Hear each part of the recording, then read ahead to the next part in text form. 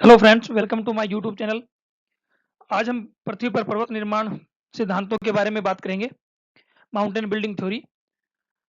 लेकिन उससे पहले हम सब के लिए एक छोटा सा संदेश। धरती का श्रृंगार है वृक्ष, ईश्वर का उपहार है वृक्ष। हमें पृथ्वी पर वृक्षारोपण करके पृथ्वी और हमारे जीवन को खुशहाल बनाना है। तो हमारा प्रयास इस पृथ्वी को हरा भरा करना होना चाहिए, ना कि इस पर हरियाली को नष्ट करने का। तो आज का हमारा टॉपिक माउंटेन बिल्डिंग थ्योरी है। पर्वत निर्माण सिद्धांतों के बारे में बात करेंगे, विशेष करके कोबर के भूसनतीय पर्वत निर्माणकारी सिद्धांत के बारे में। हमारी पृथ्वी पर पर्वत जो है वो द्वितीय श्रेणी के उच्चावचों के रूप में शामिल किए जाते हैं। प्रथम श्रेणी के उच्चावच महाद्वीप महासागर हैं, जबकि पर्वत पठार मैदान सागर तली की विभिन्न कलाकृतियां या आकृतियां, ये सब जो है वो द्वितीय श्रेणी के उच्चावचों में शामिल किए जाते हैं। तो इनमें से पर्वतों की उत्पत्ति हमारी पृथ्वी पर कैसे हुई, इस पर अलग अलग भूग्रहवेताओं भूगोलवेताओं ने अपने अपने अलग अलग विचार दिए हैं। तो उनमें से कोबर एक थे, जिनके बारे में आज हम जानने का प्रयास करेंगे कि कोबर पृथ्वी पर पर्वतों की उत्पत्ति के बारे में क्या कहते थे। पर्वत निर्माण सिद्धांत के बारे में बात करें उससे पहले हम पृथ्वी पर पर्वतीकरण युगों के बारे में बात कर लेते हैं। अब तक पृथ्वी पर कुल 4 पर्वत, वो प्री कैम्ब्रियन पर्वतीकरण था। इसके अवशेष जो है पृथ्वी पर बिल्कुल अवशिष्ट रूप में ही पाए जाते हैं। खास करके संयुक्त राज्य अमेरिका में झील, महान झीलों के तटवर्ती क्षेत्रों में कुछ इस प्रकार के पर्वतीकरण के अवशेष दिखाई देते हैं। इसके बाद कैलिडोनियन पर्वतीकरण का युग आया। कैलिडोनियन पर्वतीकरण के युग जो है वो उत्तरी अमेरिका के पूर्वी तटीय क्षेत्रों, यूरोप के पश्चिमी तटीय क्षेत्रों में विशेष रूप से दिखाई देते हैं। साथ में भारत में भी अरावली, सतपुड़ा पर्वतों के रूप में इसके अवशेष दिखाई देते हैं। इसके पश्चात वारिस्कन या हर्सिनियन पर्वतीकरण का युग, तीसरा पर्वतीकरण युग आया।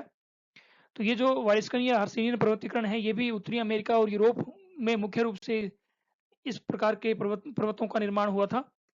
और चौथा जो है वो है अल्पाइन या टर्शरी पर्वतीकरण युग। आज के जितने भी सबसे ऊंचे पर्वत जो है वो अल्पाइन या टर्शरी युग के ही पर्वत हैं। तो अगर हम विश्व मैप में देखें, तो विश्व मैप में इन पर्वतीकरण युगों के बारे में अगर हम बात करें, तो ये जो झील है जो संयुक्त राज्य अमेरिका में, इसके इर्द गिर्द, इसके आसपास प्री कैम्ब्रियन पर्वतीकरण के कुछ अवशेष दिखाई देते हैं।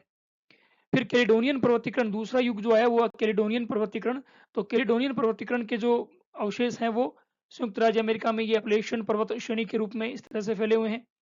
इसके अलावा ये स्कैंडिनेवियन पर्वत जो यूरोप के पश्चिमी तट पर हैं। तो यूरोप और इंग्लैंड में भी कुछ पर्वतीकरण, खास करके स्कॉटलैंड में जो कुछ पर्वतीकरण के भाग जो है वो इसी कैलिडोनियन से संबंधित है। भारत में भी अरावली और सतपुड़ा पर्वत श्रेणियां जो है वो इसी के आसपास के काल की बनी हुई मानी जाती हैं। वारिसन और हर्षिनियन पर्वतीकरण जो है, इसके भी अवशेष जो है वो यूएसए और यूरोप के भागों में विशेष रूप से दिखाई देते हैं। इसके बाद हुआ अल्पाइन या टर्शरी पर्वतीकरण। तो आज की जितनी भी ऊंची पर्वत श्रेणियां, खास करके ये उत्तरी अमेरिका में रोकीज पर्वत श्रेणी, सियरा नेवादा पर्वत श्रेणी, फिर मैक्सिको या मध्य अमेरिका में भी ये सियरा नेवादा पर्वत श्रेणी, दक्षिणी अमेरिका में ये एंडीज पर्वत श्रेणी, फिर अफ्रीका महाद्वीप में एटलस पर्वत श्रेणी, यूरोप में आल्पस और ये प्रेनिज पर्वत श्रेणी, मध्य एशिया में, यूरोप में ही काकेशस पर्वत श्रेणी है ये, मध्य एशिया में ये टॉरस पर्वत और जेग्रोस पर्वत श्रेणी। इस तरफ अगर हम देखें तो भारत में हिमालय पर्वत श्रेणी, भारत और एशिया में ये हिमालय पर्वत श्रेणी, कराकोरम पर्वत श्रेणी, कुनलुन पर्वत श्रेणी, थियान शान पर्वत श्रेणी, अल्टाई शान पर्वत श्रेणी, ये सारी की सारी जो पर्वत श्रेणियां हैं ये वलित पर्वत श्रेणियां हैं, यानी अल्पाइन पर्वत श्रेणियां हैं, जिनका निर्माण अल्पाइन या टर्शरी पर्वतीकरण के दौरान हुआ था।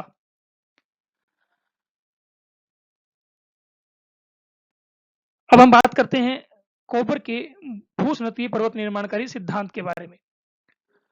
तो भूस्नती संकल्पना जो है उसका प्रतिपादन सबसे पहले हॉल और डाना ने किया था।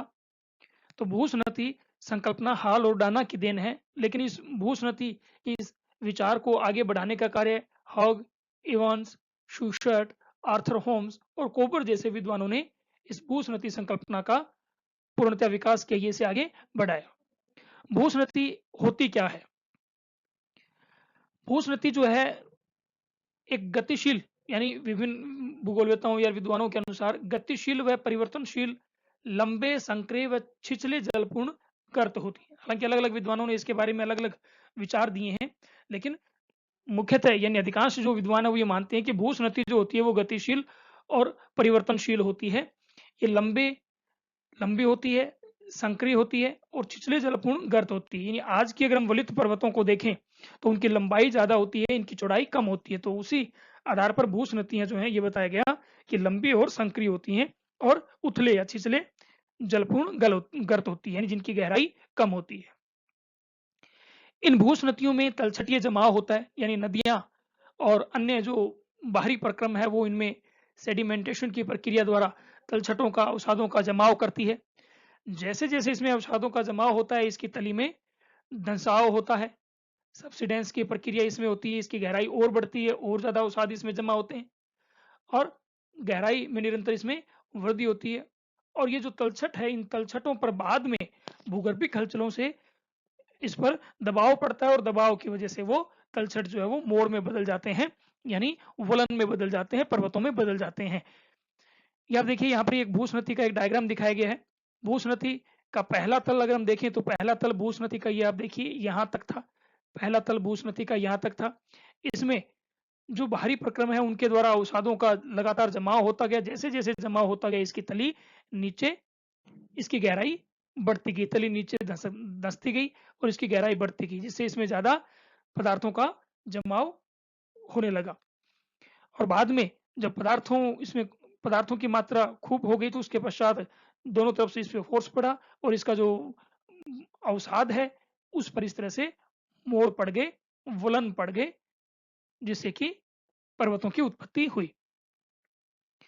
तो वर्तमान यानी विद्वानों का ये मानना है कि वर्तमान वलित पर्वतों की जगह इतिहास में कभी भूस्नतियां हुआ करती थीं और इसी वजह से भूस्नतियों को पर्वतों का पालना, क्रेडल ऑफ माउंटेन कहा गया है। तो भूस्नतियों की जगह पर ही आज के वलित पर्वत मौजूद है, इसलिए इन्हें पर्वतों का पालना नाम दिया गया था।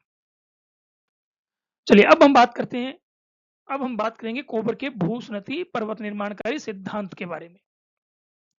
कोबर जो थे वो एक संकुचनवादी थे, यानी पृथ्वी पर विभिन्न प्रकार की भू आकृतियों के निर्माण के विषय में दो प्रकार के विचार प्रचलित हैं, एक संकुचनवादी और दूसरे महाद्वीपीय विस्थापन संबंधी। संकुचनवादी विचारक ये मानते हैं कि पृथ्वी प्रारंभ में आग का गोला थी, बाद में धीरे धीरे ठंडी हुई। तो पहले इसकी ऊपरी परत ठंडी हुई और इसके शीतल होने से, ठंडी होने से पृथ्वी की सतह में सिकुड़न उत्पन्न हुई और इस सिकुड़न की वजह से ही अर्थ मोमेंट उत्पन्न हुआ, यानी अर्थ मोमेंट मतलब भूगर्भिक घटनाओं की उत्पत्ति हुई, विवर्तनिक शक्तियों की उत्पत्ति हुई और उसी की वजह से ही उत्पन्न, यानी पृथ्वी के संकुचन से उत्पन्न जो है संपीडनात्मक बल है, संपीडन और तनाव जो बल है उसकी उत्पत्ति संकुचन के कारण हुई और इस संपीडनात्मक बल के कारण भूस्नतियों के स्थान पर पर्वतों का निर्माण हुआ। तो कोबर संकुचनवादी इस विचारधारा के समर्थक थे और संकुचन के कारण ही पृथ्वी में या पृथ्वी पर संपीडन बल की उत्पत्ति हुई और उसी संपीडन बल की वजह से भूस्नतियों की जगह पर आज के पर्वतों की उत्पत्ति हुई है। कोबर ये मानते थे कि भूस्नतियों के चारों ओर प्राचीन दृढ़ भूखंड हुआ करते थे, इनको उसने नाम दिया क्रेटोजेन। और भूस्नतियां जो थी उनको उन्होंने पर्वत निर्माणकारी स्थल यानी ओरोजेन नाम दिया था।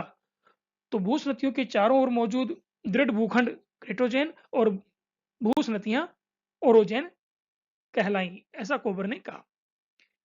ये उस समय के एक मैप के जरिए आप देखिए कि प्राचीन दृढ़ भूखंड, तो एक तो ये जो प्राचीन दृढ़ भूखंड जो है क्रेटोजेन जो है उन्हें शील्ड के नाम से जाना जाता है। तो ये आप मैप में देखिए, ये कनाडियन शील्ड है, ये कनाडियन शील्ड, ये पूरी कनाडियन शील्ड है। ये आप देखिए बाल्टिक शील्ड है, ये प्राचीन बाल्टिक दृढ़ भूखंड।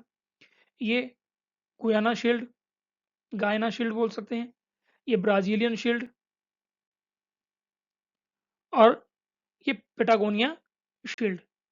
ये आप देखिए अफ्रीकन शील्ड, ये आप देख पा रहे हो मैप में, ये अफ्रीकन शील्ड और ये इंडियन शील्ड, ये ऑस्ट्रेलियन शील्ड और ये अंगारा शील्ड। ये जो आप देख रहे हो ये अंगारा लैंड शील्ड थी। तो ये प्राचीन दृढ़ भूखंड थे। इन प्राचीन दृढ़ भूखंडों के बीच में मौजूद थी भूस्नतियां। तो आप डैश में यहाँ इस मैप में देख रहे हो, ये डैश में ये भूस्नतियां हैं। नेक्स्ट मैप में भी यहाँ आप देखिए कि ये भूस्नतियां रॉकीज और एंडीज के स्थान पर, ये रॉकीज के स्थान पर ये मौजूद थी। यहाँ पर एक भूस्नति ये रॉकीज पर्वत के स्थान पर थी। एंडीज पर्वत के स्थान पर भी यहाँ पर ये मौजूद थी। आप देखिए ये एक भूस्नति मौजूद थी एंडीज पर्वत के स्थान पर। इसी तरह से जो ये हिमालय और अल्पस पर्वत है, यहाँ पर भी एक भूस्नति थी जिसका नाम टेथिस भूस्नति था। उसकी जगह पे आज हिमालय और अल्पस और एटलस पर्वत मौजूद है। यहाँ जो अन्य और ये जो आप देख रहे हो ये सारी ये भी भूस्नति थी। इसकी जगह पर कई यानी जो एशिया की जो यूराल जैसी पर्वत श्रेणी है वो यहाँ पर मौजूद है। तो कोबर का ये मानना था कि प्राचीन दृढ़ भूखंडों के बीच में भूस्नतियां थीं। इन प्राचीन दृढ़ भूखंडों को उन्होंने क्रेटोजेन नाम दिया और भूस्नतियों को पर्वत निर्माणकारी स्थल का है। यानी इन्हीं भूस्नतियों जो प्राचीन ये भूस्नतियां थीं, इन्हीं भूस्नतियों के स्थान पर आज के वर्तमान वलित पर्वत खड़े हैं, ऐसा कोबर का मानना था। कोबर ने भूस्नति अपने सिद्धांत से पर्वत निर्माण की 3 अवस्थाएं बताई हैं। पहली भूस्नति अवस्था। तो इस भूस्नति अवस्था में पृथ्वी में संकुचन के कारण भूस्नति का निर्माण होता है।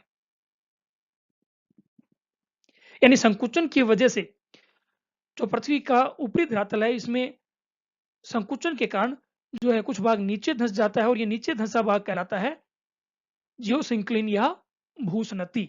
तो पहले अवस्था में भूस्नति अवस्था में भूस्नति का निर्माण होता है।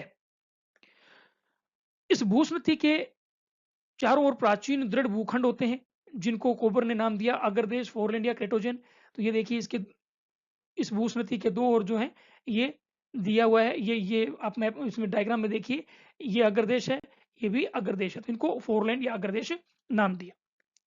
दूसरी अवस्था होती है अवसादीकरण अवस्था, सेडिमेंटेशन। ये लंबी अवधि तक चलने वाली अवस्था होती है और इस अवस्था में लंबी अवधि तक इस भूस्नति में, डायग्राम में दूसरे डायग्राम में आप देखिए बी जो दिखाए हुए हैं, इस भूस्नति में नदियों द्वारा ये जो अग्रदेश हैं फोरलैंड जो हैं इनका कटाव करके, इनका अपरदन करके लंबी अवस्था तक इसमें अवसादों का, भूस्नति में अवसादों का निक्षेप होता है। जैसे जैसे इसमें अवसादों का निक्षेप होता है तो अवसादों के भार की वजह से भूस्नति की तली नीचे धंसती है जिससे भूस्नति की गहराई में वृद्धि होती है और जैसे भूस्नति की गहराई में वृद्धि होती है उसमें और ज्यादा अवसादों का जमाव होता है। एक टाइम ऐसा आ जाता है जब भूस्नति पूरी की पूरी अवसादों से भर जाती है। उसके बाद शुरू होती है पर्वत निर्माण अवस्था। यानी भूस्नति के पूरी तरह से भर जाने के पश्चात, ये सी डायग्राम में आप देखिए, भूस्नति के पूरी तरह से भर जाने के पश्चात अब हलचल, यानी दोनों ओर के जो ये अग्रदेश हैं, इन दोनों ओर के अग्रदेशों में हलचल उत्पन्न होती है और ये दोनों ओर के अग्रदेश एक दूसरे की ओर खिसकने लगते हैं। तो इन दोनों के एक दूसरे की ओर खिसकने की वजह से इसमें जो बीच में यानी भूस्नति में ये जो मलबा पड़ा है, इस मलबे पर दोनों ओर से संपीड़न बल लगता है, यानी दबाव लगता है और इस दबाव की वजह से ये भूस्नति में पड़ा हुआ मलबा ऊपर उठता है और ऊपर उठकर मोड़ में तब्दील हो जाता है, यानी वलन में तब्दील हो जाता है, यानी निर्मित हो जाती है पर्वत श्रेणियां। तो पर्वतों की उत्पत्ति कोबर ने ऐसे बताई। यानी फॉर एग्जांपल एक मेज पर हमने एक मेज पोस्ट बिछाया और उस मेज पोस्ट पर यदि हम दोनों तरफ से प्रेशर डालें तो उस मेज पोस्ट के कपड़े में सलवटें पड़ जाती हैं। तो यही सलवटें जो है पृथ्वी के धरातल पर कोबर के अनुसार पर्वत श्रेणियां है। यानी दोनों ओर से आने वाले संपीड़न बल की वजह से भूस्नति के मलबे पर दबाव पड़ा, उस दबाव की वजह से भूस्नति का मलबा ऊपर उठकर मोड़ में या वलन में तब्दील हो गया। तो इस संपीड़न बल से भूस्नति के अवसादों पर वलन की क्रिया होती है और इसी से वलित पर्वतों की उत्पत्ति होती है। अब कोबर ये कहता है कि जो दोनों ओर से आने वाला जो संपीड़न बल है उसकी तीव्रता पर निर्भर करता है कि किस प्रकार की पर्वत श्रेणी उत्पन्न होगी। यदि संपीड़न बल सामान्य है, संपीड़न बल सामान्य यानी अग्र देशों से आने वाला जो संपीड़न बल है वो सामान्य है, तो उस स्थिति में भूस्नति के किनारे पर जो मलबा या जो अवसाद है केवल उसी में वलन पड़ेगा, जिससे भूस्नति के दोनों किनारों पर दो पर्वत श्रेणियां निर्मित हो जाएंगी, जिन्हें उसने नाम दिया रैंडकेटन। और भूस्नति का, क्योंकि सिर्फ किनारे वाले भाग में ही दो पर्वत श्रेणियां बनी, भूस्नति का जो मध्य भाग है ये वलन से अप्रभावित रह गया, और इस अप्रभावित भाग को उन्होंने नाम दिया मध्य पिंड या स्वासीन वर्ग। इस डायग्राम में आप देखिए, दोनों ओर से आने वाला, ये दोनों ओर से आने वाला जो फोर्स था सामान्य था, तो दोनों ओर से आने वाला फोर्स जब सामान्य होगा तो भूस्नति, ये पूरी की पूरी भूस्नति है, ये आप देख रहे हो यहां से लेकर यहां तक इस डायग्राम में आप ये भूस्नति है, दोनों ओर से आने वाला बल सामान्य था, तो ये जो किनारे हैं भूस्नति के, इस भूस्नति के किनारे पर ही वलन की प्रक्रिया हुई और भूस्नति के किनारे पर ही पर्वत श्रेणियां उत्पन्न हुई, जिसे कोबर ने क्या नाम दिया, रैंडकेटन। जबकि ये जो बीच का भाग आप देख रहे हो, इस बीच के भाग में क्योंकि संपीड़न बल सामान्य था, शक्ति कमजोर थी, उस वजह से इस बीच के भाग में वलन की क्रिया नहीं हुई और ये समतल रूप में या लगभग समतल रूप में बना रहा, जिसको उसने नाम दिया मध्य पिंड या स्वासीन वर्ग। और यदि संपीड़न बल अत्यधिक हो, यानी दोनों ओर से आने वाला संपीड़न बल यदि तीव्र हो, तेज हो, तो उस स्थिति में क्या होता है कि भूस्नति का पूरा मलबा ही वलन में तब्दील हो जाता है और संपीड़न बल तेज होने की वजह से वलन के एक भाग दूसरे भाग पर चढ़ जाते हैं या उत्क्षेपित हो जाते हैं, जिससे कि पूरी जटिल वृत्त संरचना बन जाती है, जिसे उसने नाम दिया गिरवाखंड या नापे। ये आप देखिए, दोनों ओर से आने वाला ये फोरलैंड और फोरलैंड, इस डायग्राम में देखिए आप, दोनों ओर से आने वाला जो फोर्स था वो, अब ये देखिए, इस तरफ से आने वाला फोर्स भी तीव्र था और इस तरफ से आने वाला फोर्स भी तीव्र था, तो उस वजह से क्या हुआ कि बीच का पूरा जो भाग था वो वलित हो गया, भूस्नति का पूरा मलबा ही वलित हो गया और जटिल संरचना का निर्माण हुआ, जिसे उसने नापे या गिरवाखंड नाम दिया था। ये देखिए भूस्नति की स्थिति कि पहले भूस्नति, ये आप फिर से डायग्राम में दिखाई गई, पहले भूस्नति का निर्माण होता है कि इस प्रकार से ये भूस्नति बनती है पृथ्वी की संकुचन की वजह से, और भूस्नति के दोनों ओर दृढ़ भूखंड होते हैं। फिर भूस्नति में जो नदियों द्वारा मलबा है वो मलबे का जमाव होता है, जैसे जैसे मलबे का जमाव होता है इसकी तली नीचे धंसती है और धंसाव होने से इसमें और ज्यादा मलबा आता है और एक समय बाद ये भूस्नति पूरी भर जाती है, इसको अवसादीकरण की प्रक्रिया कहते हैं। फिर इसके बाद दोनों ओर के जो अग्रदेश हैं, यानी इस भूस्नति के भर जाने के पश्चात दोनों ओर के अग्रदेश जो है उनमें संचलन उत्पन्न होता है, गति उत्पन्न होती है और दोनों एक दूसरे की ओर आना शुरू करते हैं, जिससे इस भूस्नति के मलबे पर दबाव पड़ता है, संपीड़न होता है और इस संपीड़न की वजह से ये मलबा ऊपर की ओर उठना शुरू करता है। यदि बल सामान्य है तो केवल किनारे पर ही फलित संरचना बनेगी, केवल किनारे वाले भाग में, जिसको उन्होंने नाम दिया रैंडकेटन, और बीच का जो भाग है वो अप्रभावित रहेगा, जिसको उसने नाम दिया मध्य पिंड। और यदि जो दोनों ओर से आने वाला फोर्स बहुत तीव्र है तो उस स्थिति में पूरा मलबा ही वलित हो जाएगा और एक जटिल संरचना का निर्माण होगा। कोपर ने अपने इस मध्य पिंड के द्वारा वर्तमान वलित पर्वतों को समझाने का भरसक प्रयास किया है। जैसे कि अगर हम एशिया में देखें तो हिमालय पर्वत यानी दक्षिण में मौजूद है हिमालय पर्वत, उत्तर में मौजूद है कुनलुन पर्वत, इन दोनों के बीच में मौजूद है तिब्बत का पठार। तो ये तिब्बत का पठार मध्य पिंड का एक सुंदर उदाहरण है। इसी प्रकार से यदि हम देखें तो जो एटलस पर्वत है और उससे ऊपर जो पेरेनिज पर्वत है, पेरेनिज प्रोविंस जो है यूरोप में, उनके बीच में भूमध्य सागर जो है वो भी मध्य पिंड का एक सुंदर उदाहरण है। इसी तरह से अनातोलिया का पठार जो है वो भी पोंटिंग और टारस पर्वत श्रेणियों के बीच में मध्य पिंड का उदाहरण है, और एल्ब्रुज और जेग्रोस पर्वतों के बीच में ईरान का पठार भी मध्य पिंड का उदाहरण ही है। तो इस मैप में देखिए, इस मैप में मध्य पिंड के करते हैं। अफ्रीका महाद्वीप में यहाँ पर मौजूद है ये एटलस पर्वत श्रेणी, और इसके ऊपर यहाँ मौजूद है यूरोप में, यहाँ मौजूद है पेरेनिज पर्वत श्रेणी, इसके बीच में ये जो भूमध्य सागर है, यानी ये आल्प्स पूरी की पूरी, अगर आल्प्स पर्वत श्रेणी अगर हम लें, तो नीचे एटलस पर्वत श्रेणी अफ्रीका महाद्वीप में, आप मैप में देखिए एटलस पर्वत श्रेणी, और यहाँ मौजूद है ये आल्प्स पर्वत श्रेणी, इसके बीच में ये भूमध्य सागर मध्य पिंड का ही उदाहरण है। यहाँ देखिए ये पोंटिक पर्वत श्रेणी और इसके नीचे है टॉरस पर्वत श्रेणी। इन दोनों के बीच में ये जो भाग है, इन दोनों के बीच में यहाँ मौजूद है अनातोलिया का पठार। तो ये अनातोलिया का पठार, टर्की का जो भाग है, ये मध्य पिंड का उदाहरण है। इसी प्रकार ये उत्तर में आप देखिए एल्ब्रुज पर्वत श्रेणी, और इसके नीचे यहाँ मौजूद है ये जैग्रोस पर्वत श्रेणी। तो एल्ब्रुज और जैग्रोस के बीच में यहाँ मौजूद है ईरान का पठार। तो एल्ब्रुज और जैग्रोस के बीच में ये ईरान का पठार जो ये भी मध्य पिंड का उदाहरण है। और यहाँ देखिए मध्य पिंड का एक खूबसूरत उदाहरण तिब्बत पठार। तिब्बत पठार के उत्तर में मौजूद है कुनलुन पर्वत श्रेणी, और इसके दक्षिण में मौजूद है हिमालय पर्वत श्रेणी। तो इनके बीच में ये तिब्बत का पठार जो ये मध्य पिंड का उदाहरण है। तो ये कुनलुन रैंडकेटन का उदाहरण हो गई, हिमालय भी रैंडकेटन का उदाहरण। इसी तरह से एल्ब्रुज जो है और जैग्रोस है, ये रैंडकेटन के उदाहरण हो गए। पोंटिक और टॉरस भी, ये भी रैंडकेटन के उदाहरण हो गए। इधर एटलस और पिरेनीज जो है, ये भी रैंडकेटन पर्वत श्रेणियों के उदाहरण हो गए। इनके बीच के अप्रभावित भाग जो है वो मध्य पिंड के एग्जाम्पल हो गए। तो ये कोपर का पर्वत निर्माणकारी सिद्धांत था, जिसके द्वारा उन्होंने वर्तमान वलित पर्वत श्रेणियों की उत्पत्ति की समस्या के समाधान का प्रयास किया। लेकिन कोपर की आलोचना भी हुई। उसकी आलोचना के जो मुख्य बिंदु थे, उनमें एक तो संकुचन शक्ति को लेकर उनकी आलोचना हुई कि पृथ्वी के संकुचन की वजह से इतने विशाल पर्वत श्रेणियों का निर्माण संभव नहीं है।